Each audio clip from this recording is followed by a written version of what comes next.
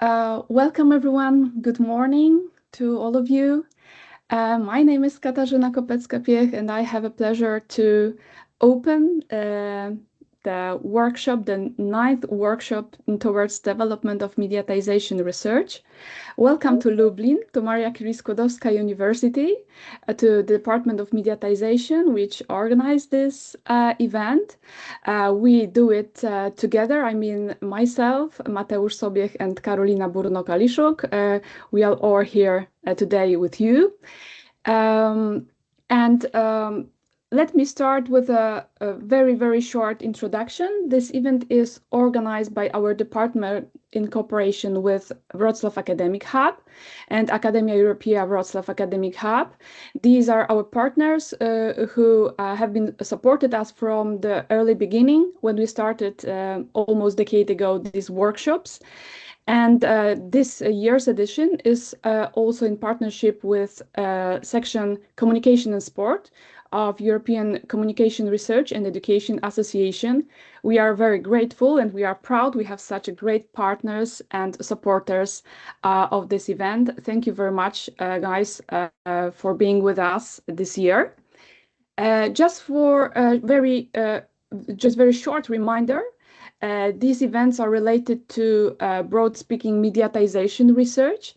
We started in 2017 making these events on site.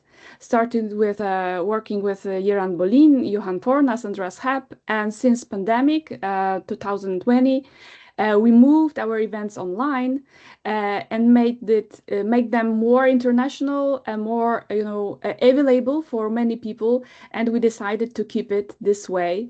And sport is a special topic of mediatization research for us because this is the only one topic which is which we decide to make the topic of the event for the second time. So I think this is also important that we support very much this field of the mediatization research. And let me introduce our speaker. I'm honored and I'm really glad that Michael Skey agreed to be an expert today to give feedback to research and works and papers of our participants, but also make this lecture, which is open to the public. Michael Skey is a senior lecturer in communication and media at Loughborough University within the School of Social Sciences. And he also serves as a doctoral program lead in communication and media studies. He obtained his PhD from the Department of Media and Communications and the London School of Economics and Political Science. And he held academic positions also at other universities, including University of East London, University of Leicester. And his research primarily focuses on the intersection of media, sport, identity, and everyday life. And I think that in the area of sport and communication, he links different interests with sport discourse and other topics to explore how sports communication influences especially identity and community formation. Let me also say that his book, National Belonging and Everyday Life, was awarded the Philip Abrams Memorial Prize by the British Sociological Association, and he has published many important papers in great academic journals you can see on the screen, including Communication Theory, New Media and Society, Journal of Communication, and those which are especially dedicated to media and sport, communication, sport, social issues, and sport. I think this is enough about our speaker. I don't want to take the time which is planned for the lecture. The lecture will be around 30 minutes long, and then we plan the session of questions and answers. So if you have any questions to our speaker, please write them down. There will be an option to use chat to ask anything about anything, or you are invited to use this option of raised hand at the end. and we'll give you floor to make a comment or ask question to our speaker. So once again, thank you, Michael, for being with us, and the floor is yours. Thank you very much. Can you hear me okay? Yes, you can hear me. Okay. So first of all, I'd like to say thank you to the organizing committee for inviting me. I'd also like to say a very big thank you to you individually for turning up at this ungodly hour on a December morning. I have to say, I confess that I struggled a little bit. It's 7:30 in London, and I am not a morning person. So I really appreciate the fact that you have all got up to listen to me, and I hope I can do you justice. Do we have the slides? Thanks very much. Could we go to the next slide, please, Matthias? By the way, I've placed the responsibility for the slideshow in Matthias's capable hands, because I'm sure he's much better at me than organizing technical issues. So that's the reason I'm not doing it. Can we go to the next slide, please?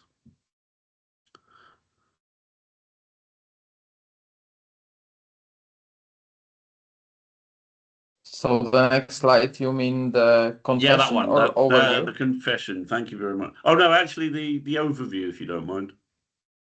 So this, so it's the brief overview of the lecture today. I want to start off with a confession, because I'm based at Loughborough University in the UK, and some of my colleagues are, how shall we put this? They're a little bit skeptical of mediatization research. And I also have some slight issues with some of the approaches in mediatization. So I would say that I'm not a fully paid up member of the mediatization church, although I do find some approaches really useful.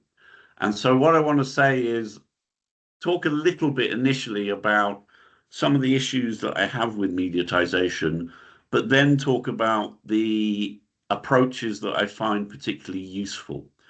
And one of those is my former PhD supervisor, Sonia Livingston, and she talks about the advantages of studying mediatization in relation to particular social domains. And I think one of those social domains where mediatization research has been really useful is sport.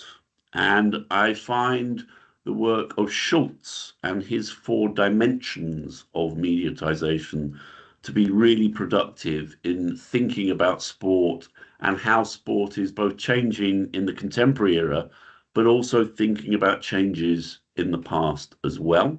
So I'll say a little bit about that in terms of my overall kind of theoretical approach. And then what I'll do is focus on young people and sport. And I've got some examples, some of which might be a little bit unfamiliar to you. So I will be talking, I warn you in advance, I will be talking a little bit about cricket. Now, I understand that no one in the world, apart from kind of English people and Australian people and Indian people, care about cricket. But I do think that cricket and a couple of other sports really highlight the ways in which that relationship between sport and media is changing, and how sports are looking to adapt to the way they are played in order to appeal to the media and in order to appeal to young people. And the final thing that I'll talk about is quite a new innovation, which is something called the Baller League, which was started in Germany in 2024 and has moved to the UK last year. And I'll say a little bit about why I think the Baller League is interesting, and with a particular emphasis on how the Baller League is designed to appeal to young people. So the title of this lecture was "The Kids Like It, So What Do We Care About the 55-year-olds?" Now, I'm much closer to 55 than I am to being a kid, but I'm really interested in the fact that the Baller League is designed with young people in mind. And I think that studying the Baller League, we can open up some of these arguments around mediatization and the links between sport, media, and young people. So this is the plan for today's session. So could I have the next slide, please, Matthias? I already changed the slide. You can see the confession slide. No, I can't. Okay, let me check again. Just a second. And now? Yes, brilliant. Thank you very much. Sorry. Okay, so I start with a little confession. As I say, I am based in Loughborough, and some of my colleagues have written about mediatization in a less than, I mean, I think they were being quite critical of it as a concept, and I've had long conversations with them. And their arguments are that mediatization is, at times, some of the writing around it is ahistorical, that it doesn't think carefully enough about how the relationship between media and society has changed over time. There's perhaps too much of an emphasis on the ways in which digital technologies impact on society. And we can see some of these arguments being quite relevant in relation to sport as well. And I'll talk a little bit about that in a future slide. There's also, I think, one of the key criticisms that some of my colleagues had of mediatization is it's media-centric, that it's media scholars placing an undue emphasis on the role of the media in transforming society, in being an explanation for what is going on in society at particular moments. And that links also to the argument that it's technologically determinist, that if we want to explain what is going on in society at a given moment, we turn to media and communications and technological changes, which is again, of course, problematic. And I think some of the writing lacks conceptual clarity. You know, what is it we are exactly talking about when we talk about mediatization? And later on, when we discuss some of the other individual papers, one of the questions I'll ask to some of you is, what does mediatization offer to your particular case study? Because I think there are, in some cases, people use the term mediatization without thinking carefully enough about what they mean by mediatization and what it offers to them. So I think those are some of the criticism that some of my colleagues have directed at mediatization. And now I want to talk a little bit more about why I think mediatization can be a useful analytical framework, but that we need to be a bit more precise in how we use it. Can I have the next slide, please?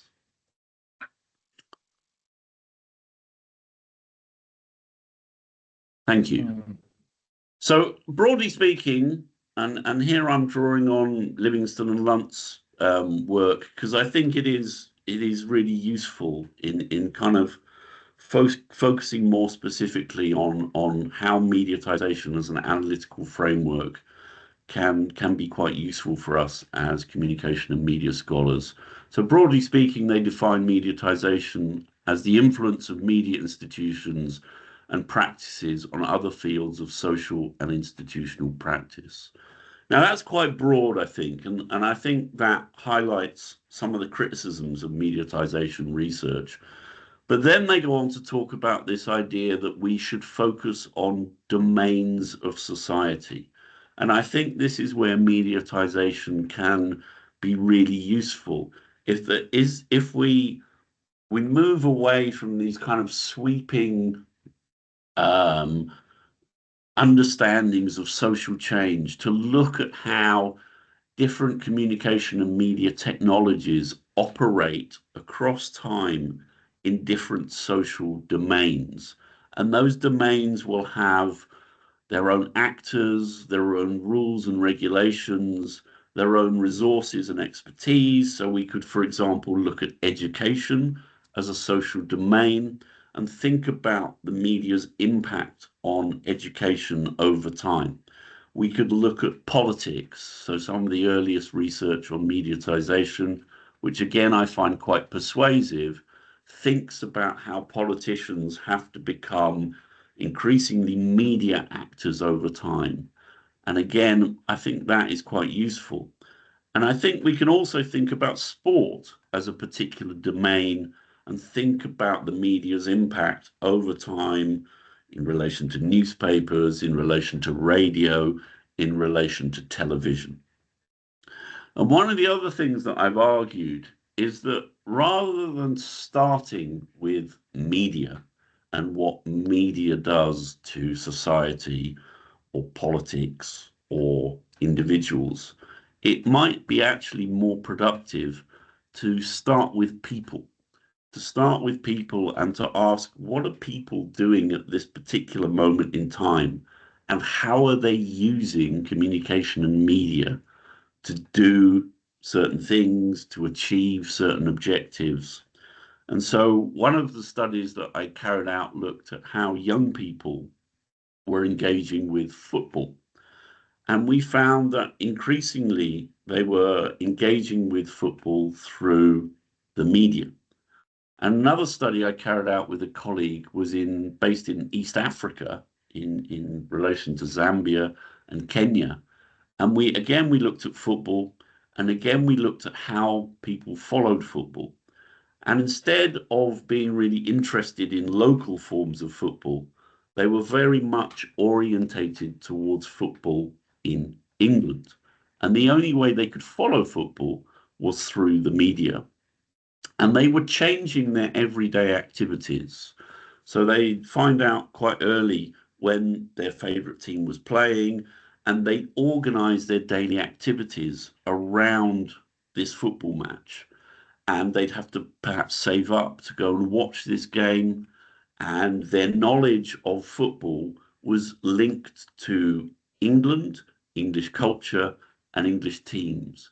And I think this was a really useful way of highlighting the ways in which communication and media was impacting on how ordinary people's activities were changing. And this bottom-up perspective I found quite useful in making sense of that relationship between sport and media. And this is where I also think that Schultz's work on mediatization, so he identifies 4 dimensions of mediatization. And I think in terms of empirical studies, this was really, really useful, these 4 dimensions, in thinking about how the relationship between sport and media was transforming over time, whether in relation to, these young people in Africa extending their engagements with sport through the media because they were primarily interested in English football rather than local football, or how they changed their everyday activities. They accommodated particular practices into their daily lifestyles in order to follow English football. So that's kind of my approach to mediatization. I just want to say a little bit about the importance of adopting historical perspectives. And I'm not going to spend too much time on this, but I think it is important because one of the things I say to my students is we often get carried away with talking about the contemporary era and how digital technologies are changing things. But it's also important to think about the past and how different forms of media have also impacted on the relationship between sport and media in the past as well. So could I have the next slide, please?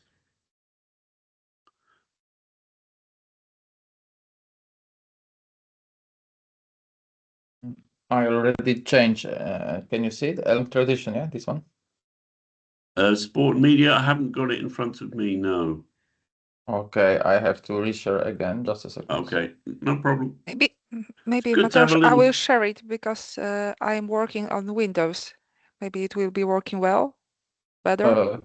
Okay, so you can take it because maybe my Mac environment is wrong Okay. here. Give me a minute. I have a similar case during my classes with the students, so maybe. Sorry, Michael. No, no problem. It's good to have a pause for breath. I will use different sharing options, so I hope that it will be working better than before. And now we were here. If you can Number see 4. Yeah, you can that's see- it. Perfect. Perfect. Thank Okay. you very much. Okay, so I don't want to spend too much time here, but I have a module called Communication and Sport with second year undergrads, and we always talk about historical perspectives, and I think it is important that we just observe the extent to which media over time has impacted on the way sport is played, the way sport is organized, the way sport is understood. And this, the role of the press in the late 19th, early 20th century in contributing to the codification of sport, the reporting of sport, the popularization of sport, I think is really important. When I talk to my students about sport and celebrity, I talk to them about how cigarette cards were really, really important, particularly in England, in terms of making people aware of sporting celebrities. We then talk about how radio was important in domesticating sport for lots of people around the world, how it brought sport into individual homes, how it created a new language around sport, how it built communities around sport. And then finally, of course, we have television, which, in the 60s and 70s in England transformed the finances of many sports and also an understanding of how sport was played. So increasingly, people are watching not live games, but highlights of sports. And this is very normal to us now. And as we will see, this is how often young people consume sport these days, through highlights, through sharing clips.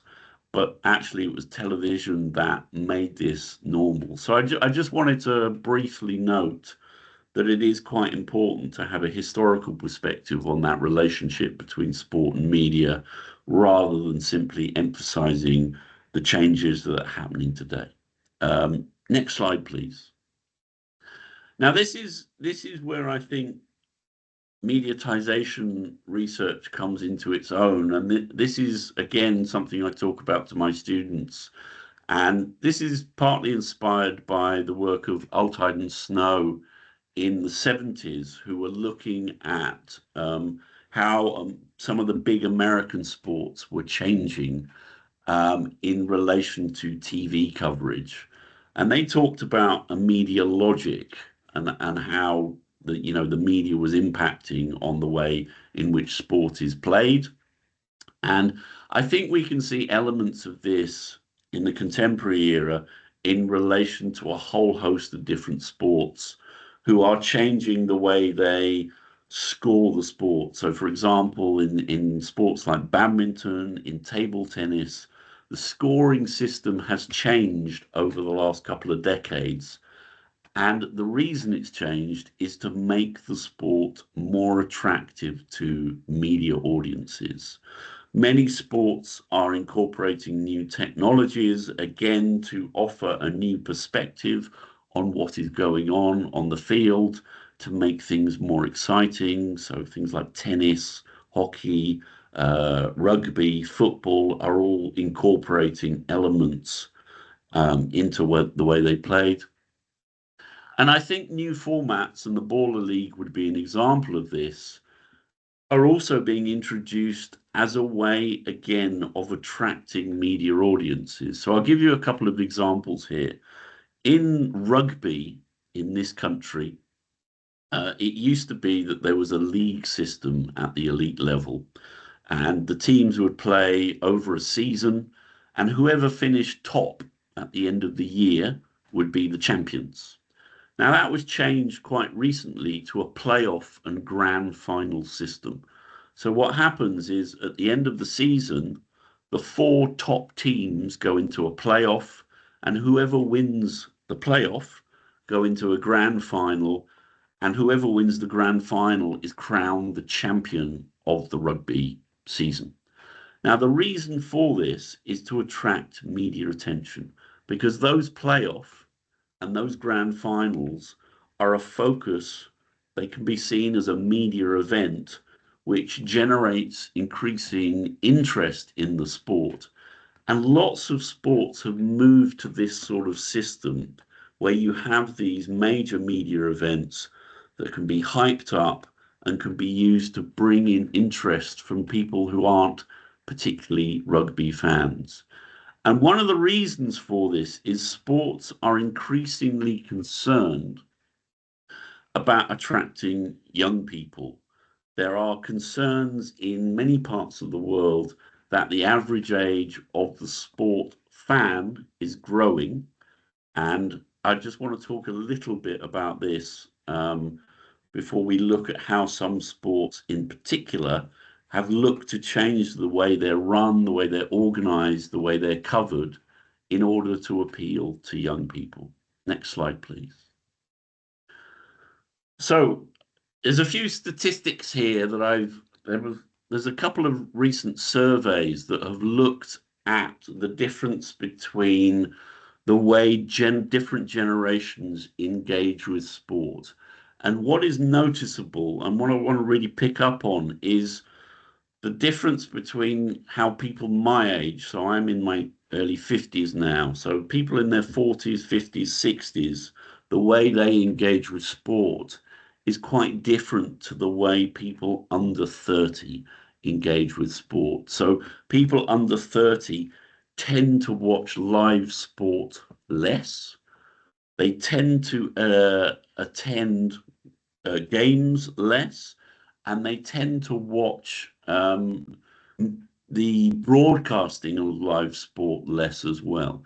And they're much more interested in clips, in highlights packages, and they're also, and this is quite interesting, they're also much more interested in what's called lifestyle sports content. So that would be things like your Netflix documentaries. So the Drive to Survive would be lifestyle sports content.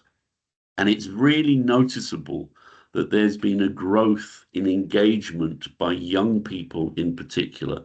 So that final statistic between, the difference between 18 to 24-year-olds and over 55s in their appreciation of lifestyle content is really noticeable.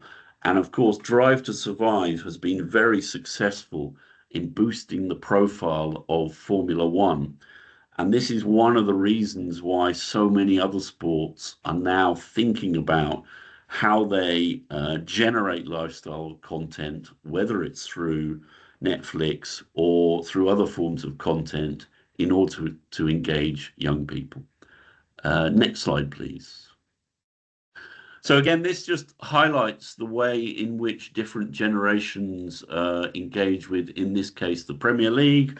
So obviously the Premier League is incredibly popular, and you can again see distinctions between how older generations and younger generations engage. So there's much more emphasis for young people on social media. There's much less emphasis on TV, on radio, on newspapers for younger fans. They're much more interested in highlights packages, in using mobile apps to follow the Premier League.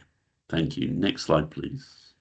Okay, and again, these are graphs coming from the United States of America. I have to confess, I have very little interest in watching American sport, but it is obviously very important because it's one of the most significant markets for sport. And both of these graphs indicate the extent to which baseball, American football, and basketball are struggling a little bit to engage younger fans. So basketball has thought very carefully about how it can engage younger fans, but baseball and American football are both struggling a bit. And this is something that is a concern for many sports around the globe, is you know, our older fan groups have a long history of engaging with the sport, are happy to spend money on the sport, will often turn out to watch live matches. But younger generations, because they have more pressures on their time, tend to engage with sport in slightly different ways. Next slide, please. Okay, so what are the reasons that young people may be engaging with sport in novel ways? One of the reasons is the cost of attending live sport. Yeah, don't worry about the link, it's fine.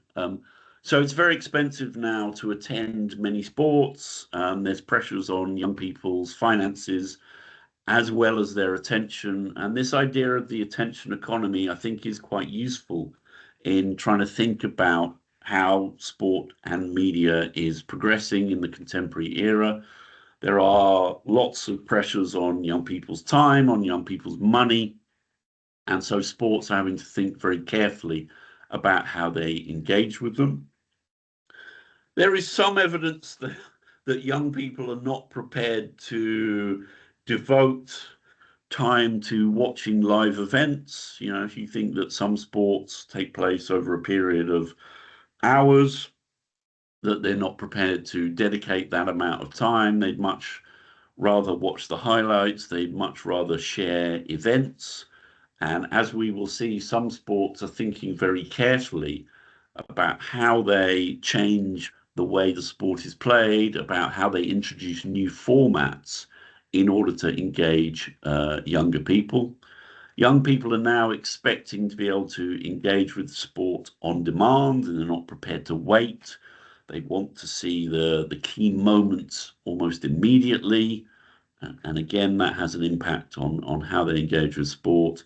And they are also looking for shareable moments. So again, social media is offering them a platform where they can engage with those shareable moments. And when I come to talk about the Baller League, I mean, I think it's almost fair to argue that the Baller League is designed with shareability in mind and with social media in mind. So thank you very much. Next slide, please. Okay, so what I want to talk about now is how different sports have thought very carefully about how they're played and have looked to introduce new formats and new features, often in order to engage younger people. Now, I am sure that most of you here have very, very little interest in cricket. And I always say to my students, you do not have to have any interest in cricket. You don't have to understand how cricket is played in order to see that cricket has changed profoundly over the last 40 years. So in the past, up until about the 1970s, cricket was played over a period of 4 or 5 days. Okay? Days. In the 1970s, there was a very influential media owner in Australia, a guy called Kerry Packer, who wanted to introduce a new format of cricket because he realized that people didn't have time to sit around for 4 days and watch cricket. So he introduced 1-day cricket. So we're going from 4 days to 1 day. Now, you might all think, I don't want to watch cricket for a whole day, but you can see that this is a new innovation, and this was at the request of a media owner, and he introduced lots of other new features to try and make the sport more media friendly. Now, more recently, in the 2000s, cricket authorities have introduced newer formats into the game. They've introduced what's called 2020 cricket, which lasts about 3 hours. And this has become the most popular form of the game in the world and is really, really popular in India, which has become the new power base in cricket. So we've moved from 4 or 5 days to about 3 hours. And there is also a new format in England, which is called the 100, which lasts about an hour and a half. So we've moved from 4 days to about 90 minutes. And one of the reasons for this is that the cricket authorities want to attract younger people. Younger people are not going to watch, most of them are not going to watch cricket for 4 days. Most of them are not going to watch it for a day. They might watch it for 3 hours. They will certainly think about watching it for 90 minutes. So cricket has changed the way it is played in order to appeal to young people, in order to engage them through media. Next slide, please.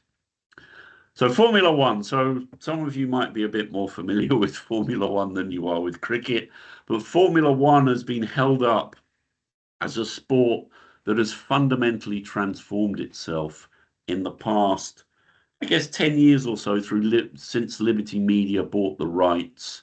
And Drive to Survive, the Netflix documentary, has been one of the ways in which Liberty Media has looked to do a couple of things. One, they wanted to break the American market. Second, they wanted to appeal to younger fans. And third, they wanted to appeal to women. So there have been a lot more female fans attracted to the sport through processes of focusing on the drivers, the rivalries between the drivers, introducing this new documentary, but also, again, using social media as a way of boosting the impact of the sport. And that idea of time is also important as well. So I think the new sprint races have been very, very popular in terms of driving people to Formula One. Next slide, please. So the final example I want to look at before I get on to the Baller League is MMA, which has again been very influential, particularly in attracting young people. So MMA was transformed partly as a result of increasing regulation of the sport. So the kind of more violent elements have been slightly pushed out of the sport, and it's become much more professionalized. It's attracted younger people, particularly during COVID, where it was one of the first sports to go live. But it's thought very carefully about the way it presents itself, partly through over-the-top digital platforms, partly again through using social media to generate shareable content. And as that quote at the bottom indicates, it's the unpredictability of MMA which makes it really popular, which keeps people engaged with the sport. So you can see here 3 examples of the ways in which different sports have changed, sometimes their formats, the way they're played, but also thought very carefully about how they use a combination of digital platforms and social media sites to present the sports, thinking very carefully about how they look to engage the next generation of fans. Next slide, please. Okay, Baller League. So is it possible to play that little YouTube clip just to give you an introduction to what the Baller League is and what it's about? Okay, I will try, but I need to skip the presentation and share the screen, so it will take Sure. a little bit. I also will send the link to the clip to our chat because I'm afraid that it will take a minute and will cause some I problems. already sent it to the chat, so Thank you can Mateusz. even copy paste. Okay. Okay. If you can see the YouTube. Yep, I can see the YouTube. Okay, so I will play it now. Thank you. John Terry just had in the ball. It's amazing. So, Chunks, what is Baller League anyway? You're asking me? Yeah. All right. We've got a brand new football league that's changing the game. Baller League is coming to the UK. It's the football we love, but with that extra flavour of the streets. 6-a-side games in a 12-team league. And 12 big-time managers. And we've even got a league president. You know what time it is. There are hundreds of serious ballers for the managers to draft. Proper talent, and anyone is up for grabs. Trust me, the draft night is going to be a madness. This is the six-a-side rolling subs 12-man squads. And here's the spice a bit. Each manager gets 2 wild cards a week. That means they can bring anyone. That could mean some proper Barclays men. Or even that guy that had trials. And every week, the MVP of the night wins a legend for the next game. Massive names make a massive impact. So we are guaranteed a legend on the pitch. Here's how it goes. Every team plays each other once. Back-to-back matches every Monday night. Live on Twitch and YouTube. And if you're in the top 4 at the end of the season, straight into the final 4. That's semi-finals and on to the big final. Winners get that shiny trophy. Nice. This is the setup. Six-a-side pitch with offside lines to keep the game moving. Corners? Nope. If the ball goes off the opposition behind the goal 3 times, it's a penalty. We're going MLS 90 style, baby. 6 seconds from the halfway line, no rebounds. Wait, it gets even better. 15-minute halves, when the clock hits 12, the lights drop, and we're into Game changer. The last 3 minutes of each half are insane, dog. 3 minutes of pure chaos. Anything can happen, and it usually does. You could be 3-0 down, and out of nowhere, you're right back in it. First half, you can get any one of these, and yes, it's randomized. The line, score from behind the offside line, and counts as double. Big risk, big win. +1, 1v1 with keepers. Score it, extra player comes in. 2v2, 3v3, you get the picture. And 3 play, 3v3 and no keeper if you like. I'm not sure why you do. But 30 seconds to score, or the other team gets it. What about the second half? 1v1 from your own half, no hands. 15 seconds to score. Playground rules. Fast forward. Once you get past halfway, no turning back. Try that, free kick for the opposition. Keep it moving. Final one, fair play. You foul, you're gone. Straight red card, no debates. I said, no debates. All right. Yes, we have VAR, but don't worry. We ain't running it back time and time again. And again. And again. And again. Nah, the game flows. Toss the white flag and make the ref check it. But careful, you only got 1 chance. And we've got a proper last man standing, sudden death shootout. Bosses pick 1 player, halfway line, neutral keeper. You miss, you're gone. If you're the last man standing, you get an extra point for your team. And that's it, UK. This is just the beginning. Bowling League, a new era of football.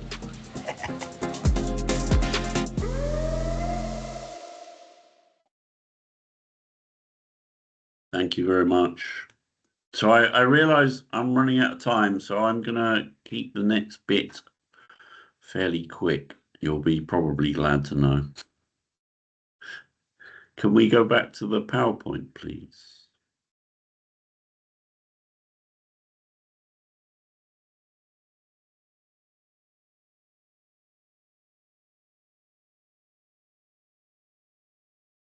That's it. Perfect. And if you can do the next, let's not have a chat about.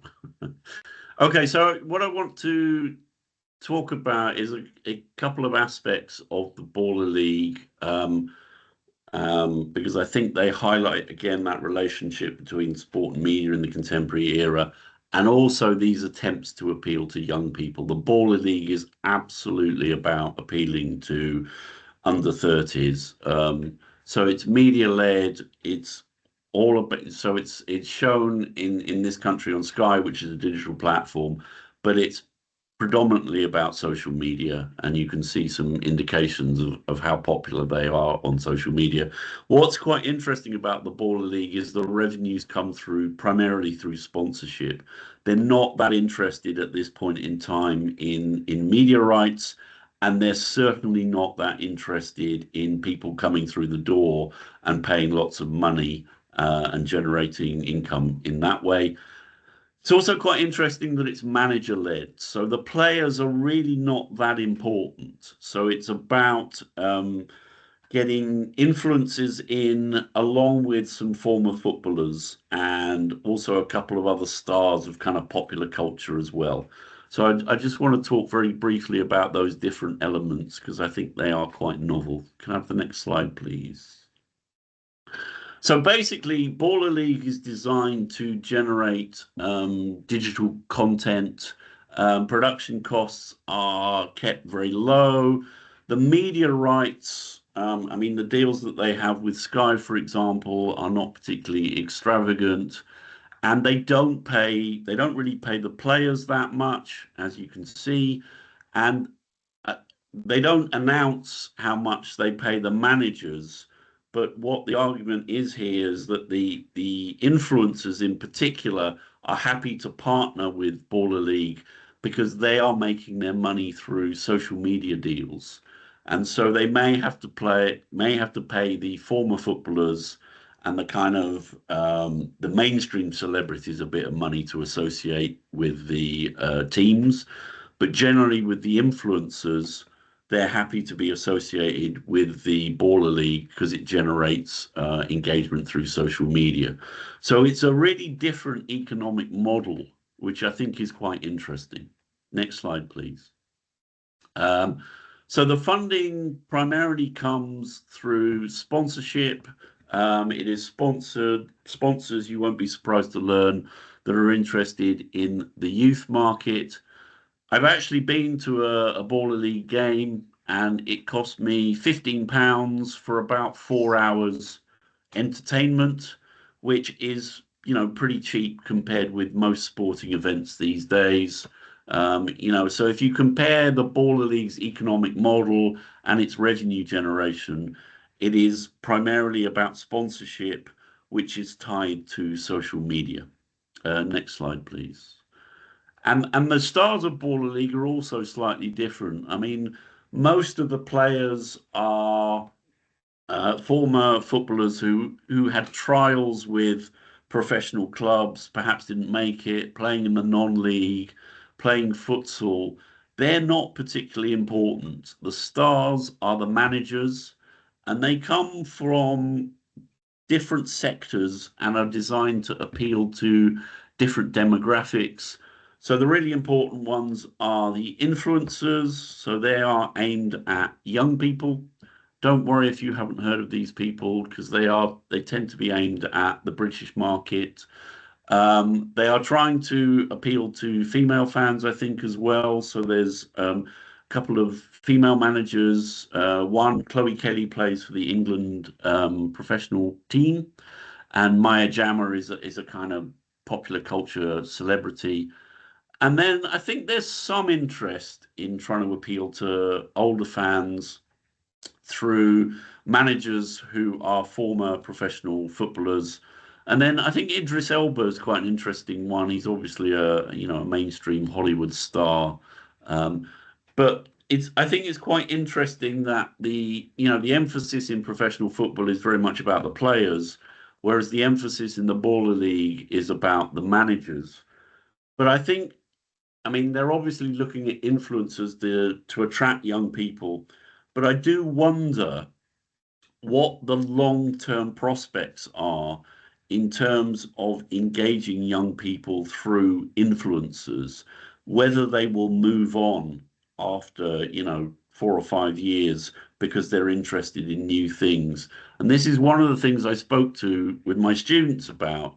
And they seem to think that, people who are 13 now who are interested in Baller League, are they going to be interested in 5 years' time? So this is one of the things that Baller League needs to think about, is how they engage young people over time. Next slide, please.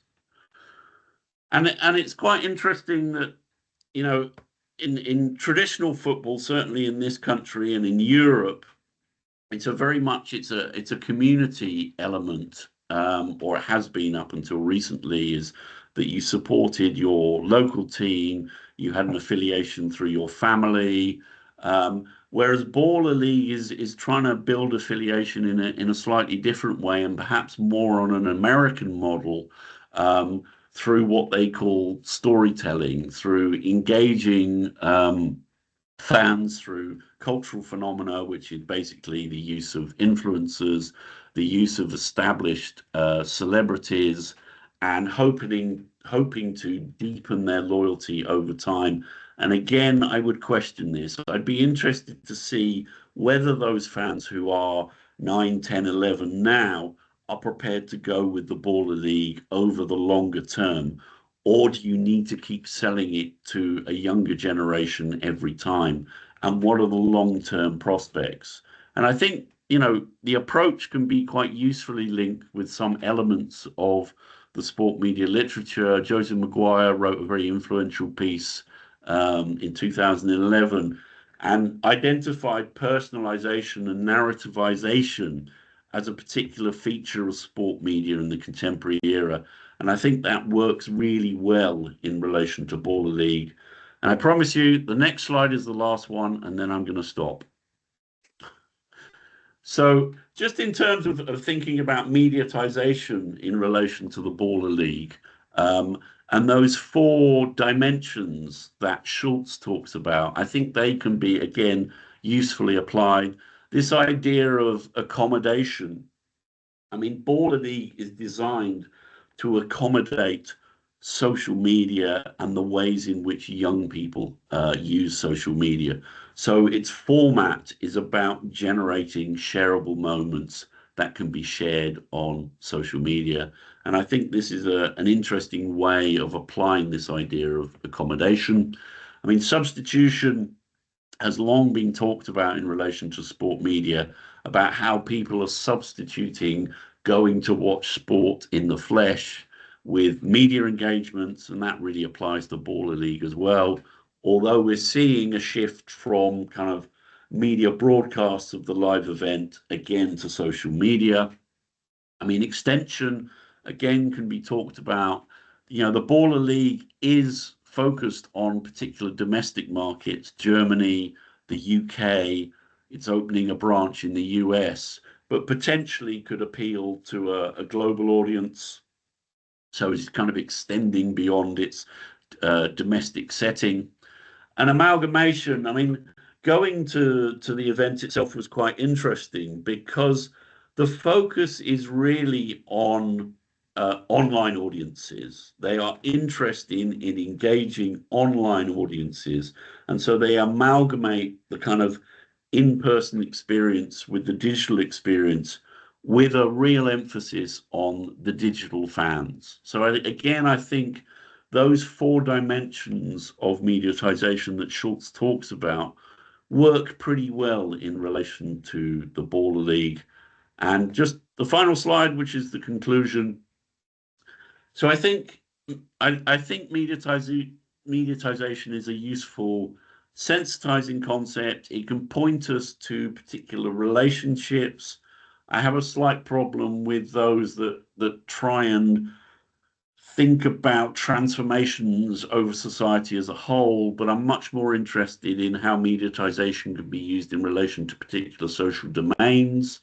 I think Schultz's dimensions offer a really useful way of operationalizing the concept, and we can look at how different sports are looking to change their formats, introducing particular features, because they are very concerned about the aging of their traditional fans and are thinking about how they can attract the next generation.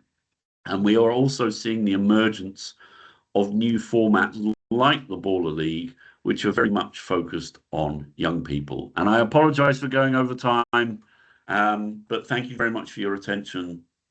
That's me done. Thank you very much, Michael. Thank you for a great speech. And we still have a few minutes for short questions and answers.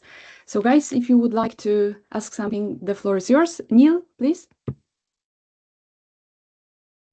Yes, can you hear me okay, everybody? Yes, it works. Yeah, great. Michael, thanks very much as always. Really interesting presentation. I think happily you and I share a lot of the same ideas, I think, in terms of mediatization, starting with people, the importance of history, all those sorts of things. I don't know a great deal about the Baller League, but I do find that the format really intriguing. I was really struck by the video clip you played, you know, this use of American sports terminology, draft night, wild cards.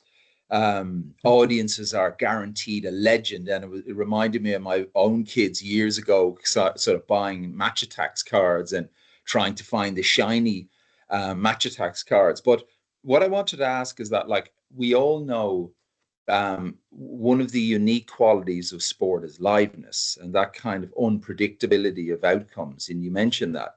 But it strikes me that that it's the eventness and the sort of entertainment and participation orientation that really matters with the Baller League. So I'm just wondering, but when I think of traditional sports fans, I think that they're very often quite deeply interested in the outcomes of sport. And I'm just wondering, is your sense that with the Baller League, our audience is less interested in outcomes? Yeah, I mean, I haven't done. I want to do some research with audiences of the Baller League, and unfortunately they're quite young, so you need to get, there's quite a lot of ethical hoops to jump through. So I was hoping to go and interview them when I went, and of course it was like, oh, you're under 18, I'm not allowed to do that unless I have official. So I haven't spoken to them as yet, but my sense is that they follow the influencers. They are interested in clips. They are interested in things like confrontations. It's quite interesting at the event itself. You get the managers running onto the pitch, you get them kind of confronting each other.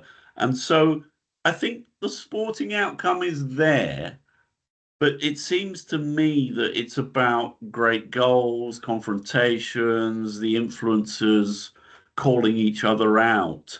So it's almost like in relation to MMA and boxing, it's the stuff around the sport is also as important almost as the sport itself.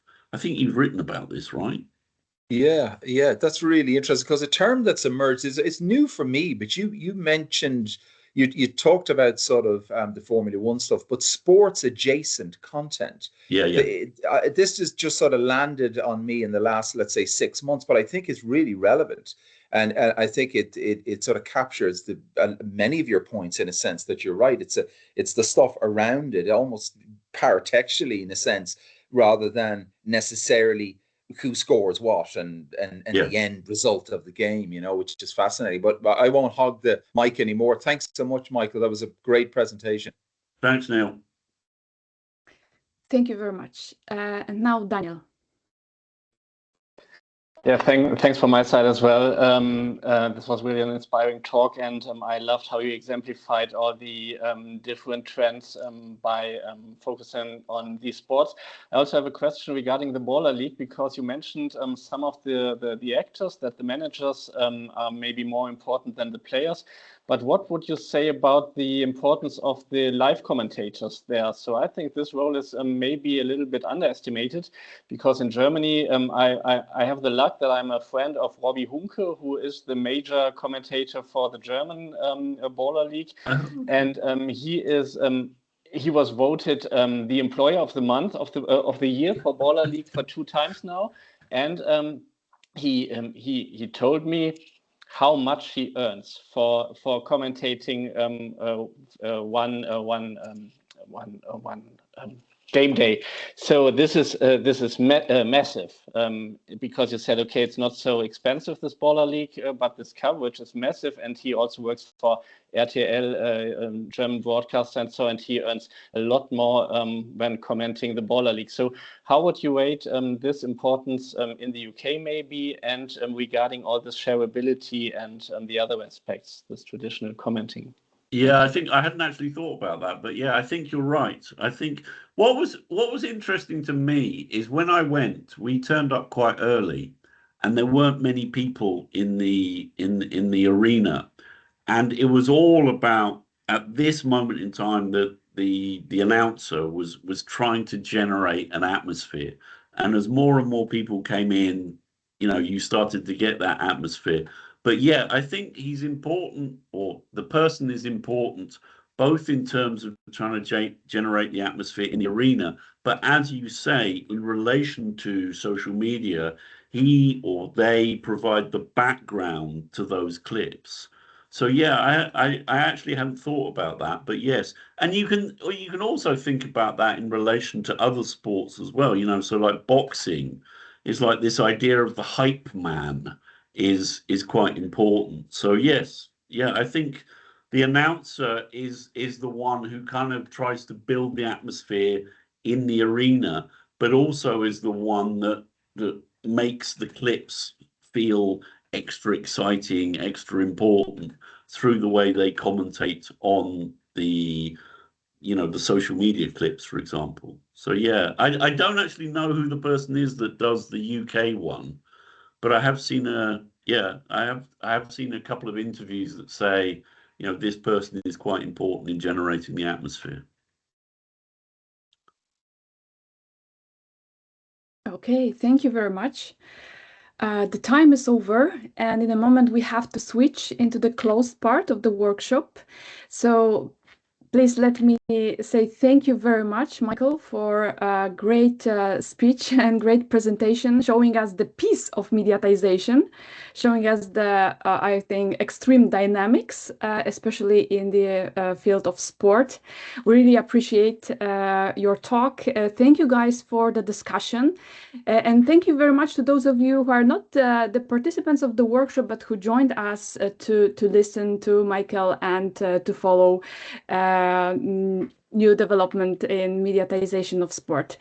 I would like to invite the speakers, the participants of the workshop to leave the room now and to join us using the second link. You should find it in your email. And thank you very much once again, and I hope to continue this kind of discussion during other events, maybe also other workshops. Thank you very much, and see you there.